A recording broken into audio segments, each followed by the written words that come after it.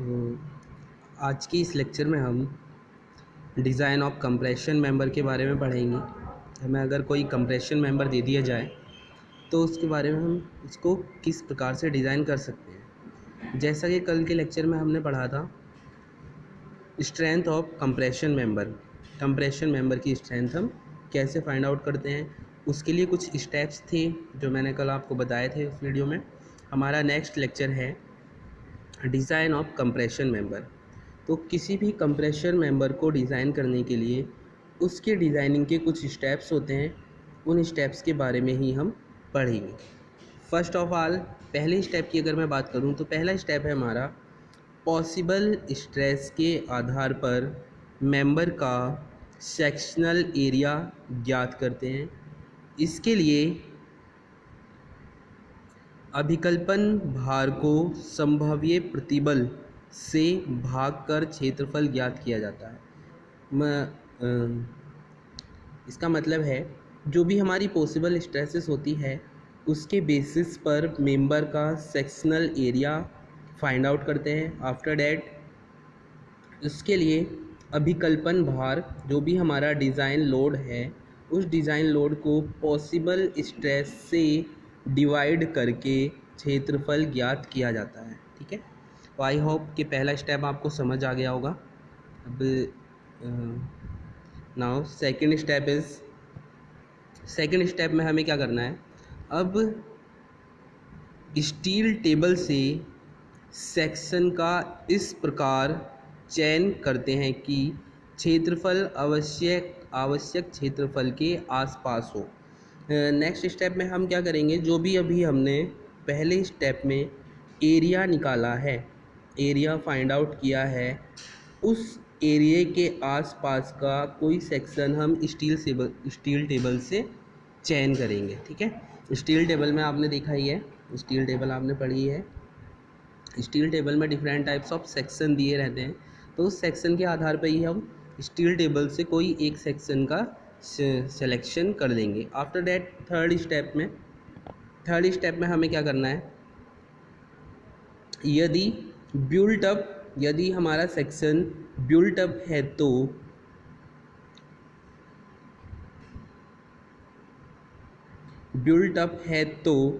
Step 2 से जो भी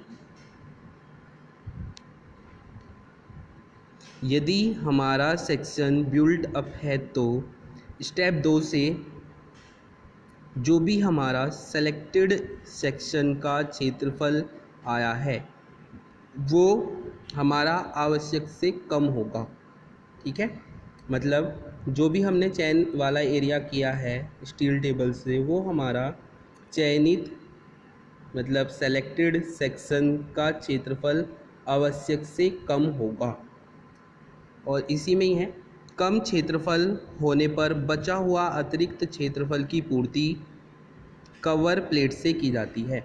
अगर जो भी हमारे पास यदि बिल्डअप सेक्शन है तो उसके लिए कम क्षेत्रफल होगा, और उस कम क्षेत्रफल होने पर हम उसकी पूर्ति कवर प्लेट से करते हैं। ठीक है, इसके लिए एक फॉर्मूला होता है हमारे पास में, फॉर्मूला मैंने लिखा है यहाँ पर, capital A small p suffix में small p equal to Z required minus Z available upon D, where जहाँ पर हमारा AP equal to cover plate के काट खंड का क्षेत्रफल।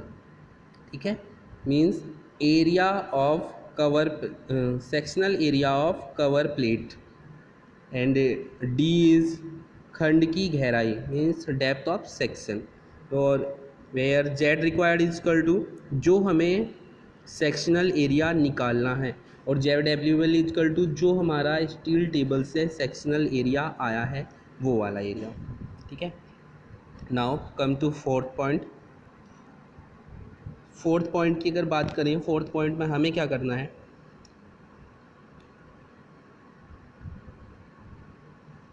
इसी प्रकार जैसे जो हमारे पास में स्टील टेबल से हमने एक सेक्शन सेलेक्ट किया है, उस सेक्शन के लिए IXX वे IYY ज्ञात करते हैं जो हमारे स्टील टेबल से निकाले जाते हैं। ठीक है, I लीस्ट ज्ञात करते हैं, आई एक्स एक्स वे आई वाई वाई में से जो कम होगा वही हमारा आई लिस्ट होगा। ठीक है, इट्स मीन्स जो भी हमने सेक्शन चयन किया है उस चयनित सेक्शन के लिए हम आई एक्स एक्स वे आई वाई वाई की वैल्यू ज्ञात करते हैं, वैल्यू फाइंड आउट करते हैं और आफ्टर डैट आई लिस्ट हम लेते हैं। कैलकुलेशन के लिए हम आई मिनिमम या आई लिस्ट लेते हैं। आई लिस्ट हमारा क्या होगा, जो भी हमारा आई एक्स एक्स और आई वाई वाई में से जो भी कम होगा वही हमारा आई लिस्ट होगा। नेक्स्ट 5 स्टेप में हम क्या करेंगे, 5 स्टेप में हमें करना है आर मिनिमम ज्ञात करते हैं तथा सिलेंडरनेस रेशियो एल भी ज्ञात करते हैं। ठीक है, 5 स्टेप में हमें क्या करना है, जब हमारे पास इतना हो गया आफ्टर डैट हम क्या करेंगे, we calculate are minimum and slenderness ratio for member. Next step में हमें क्या करना है, नेक्स्ट स्टेप 6 स्टेप पर आते हैं। 6 स्टेप में तनुता अनुपात के आधार पर, तनुता अनुपात मीन्स सिलेंडरनेस रेशियो के आधार पर तालिका से अनुमन्य प्रतिबल होता है हमारा परमिसिबल स्ट्रेस इंटरपोल्यूशन मेथड से ज्ञात करते हैं। इंटरपोल्यूशन मेथड आई थिंक ये थोड़ा समझाने वाली बात है। इंटरपोल्यूशन मेथड क्या होता है, जो भी हमारा सिलेंडरनेस रेशियो आया है तो वो सिलेंडरनेस रेशियो कुछ ऐसी वैल्यूज़ में आएगा कि उसकी एक फ़िक्स वैल्यू नहीं होगी। तो जब हम उसके लिए स्टील टेबल से परमिसिबल स्ट्रेस फाइंड आउट करते हैं तो हमें उसकी दो डिफरेंट वैल्यू मिलती हैं। उन डिफरेंट वैल्यूज़ को हम इंटरपोल्यूशन मेथड से सॉल्व करके एक वैल्यू फाइंड आउट करते हैं जो हमें चाहिए होती है क्वेश्चन के सॉल्यूशन के लिए। ये आगे नेक्स्ट हमारा क्वेश्चन में आएगा जब हम क्वेश्चन करेंगे इस पर बेस्ड। नेक्स्ट स्टेप और लास्ट स्टेप है हमारा, जो भी हमारा मेंबर है, मेंबर की स्ट्रेंथ ज्ञात करें जो अभिकल्पित भार का 5% या 10% तक आना संभव है।